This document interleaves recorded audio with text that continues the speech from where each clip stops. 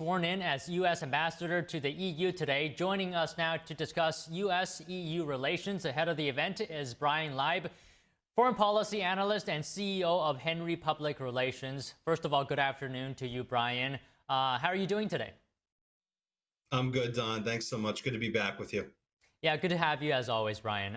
So Monday's meetings, if you remember, at the White House underscored a display of unity and cooperation between the U.S. and European allies, particularly regarding support for Ukraine, right, against Russian aggression. How do you think these talks will shape the future of the U.S.-EU relationship? Well, listen, let's be clear. President Trump has 100% redefined what our relationship looks like with Europe. He has demanded fairness, demanded accountability, ended the days of the U.S. Serving as what a lot of people would say was Europe's piggy bank. It was President Trump that pressed NATO allies to finally meet, their defense commitments and pay their fair share on trade. He stood up to what the EU was doing, securing better terms for American farmers, American businesses, and workers here in America. And the end result was a Europe that now really respects America's strength more than ever before, rather than just assuming, Don, that we're going to be giving endless concessions over and over and over again. We saw what happened just a couple days ago with all of these major European leaders coming, and you see them on the screen there, coming to the White House hat in hand to help make a deal. So only President Trump could bring them together. And by the way, the most recent trade deal, just for your audience to understand, it's bringing $600 billion in direct investment over the next 3.5 years from the EU into the U.S. markets, and also over $750 billion in direct energy purchases as well. So President Trump has definitely shown, I think, the EU that there's a new sheriff in town. Okay, some points I would like to get into, and you mentioned the fact that European leaders now respect President Trump and the U.S. Now, if you remember, President Trump has had a relationship with Europe that's had its ups and downs, right? He's previously criticized and sometimes NATO and sometimes EU leaders on certain issues. So what's different now? What do you think made this show of unity possible now?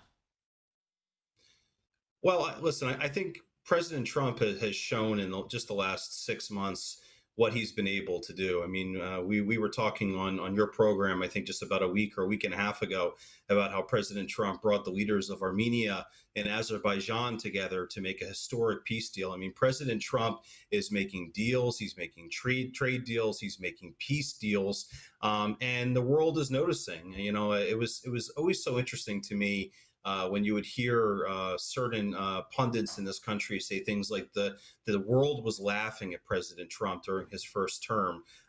First of all, I don't think they were laughing, but even if they were, they're definitely not laughing anymore. I mean, you see what's happening. The European leaders are doing anything they possibly can to get into President Trump's good graces, and they should. I mean, we're a powerhouse. We're an economic powerhouse. We're a military powerhouse, and doing business with America is a privilege, not a right. And I think that President Trump has signaled that message out into the world. And listen, we've seen what happened with the trade deals that are going on, with the incoming tariffs, hundreds of billions of dollars. So President Trump has put America back on the world stage. And to that point of trade deals, and you also mentioned ending the war between Azerbaijan and Armenia. I think it's worth talking about that a little bit more. Can you speak to what stands out to you about Trump's approach to negotiations? You've said before on this program that he's the best deal maker there is. And within just 6 months, he ended multiple wars. We mentioned the Azerbaijan one, but there's also the Congo, Rwanda conflict, and others as well. So speak to that. President Trump's the ultimate deal maker. He was a private sector business guy for his entire career, a New York, business guy in the real estate world. And, when you're doing deals in the real estate world, you're not asking people, hey, would you please do this? Would you pretty please do that? You're strong, you're forceful. And we've seen that with President Trump's foreign policy, his peace through strength mantra. really is the calling card for success. It has redefined American diplomacy, really, in just such a big way. So, President Trump's a deal maker. He has been his whole life. And we've seen, you mentioned some of the other, wars and conflicts that he's brought to an end. And of course, we're all waiting to see what Abraham Accords 2.0 is going to look like, with what additional Arab countries are potentially going to make peace with Israel. I think that's going to be coming very soon here. So, President Trump, he's the commander in chief. He's also the peacemaker in chief. He's also the deal maker in chief. I don't know how the guy does it at the age that he's at, but he just keeps going and going and going. And the American people are starting to really feel the benefit of having a real leader back in the White House finally. And let's not forget, there's another factor. If Trump succeeds in brokering a peace deal between Ukraine and Russia, that could further impact European relations with the U.S. Well, it certainly could. It really would, again, position us as being the adults in the room and bringing all these world leaders together. And I just want to also mention, I know there's been some reports that Budapest, Hungary might potentially be a location for this summit. Now, I'm someone that's very involved in U.S.-Hungary relations. I've been to Budapest many times. I personally just want to say, if President Trump is listening or watching, that I think it would be an amazing idea for Budapest. I think it's an ideal location for that trilateral summit.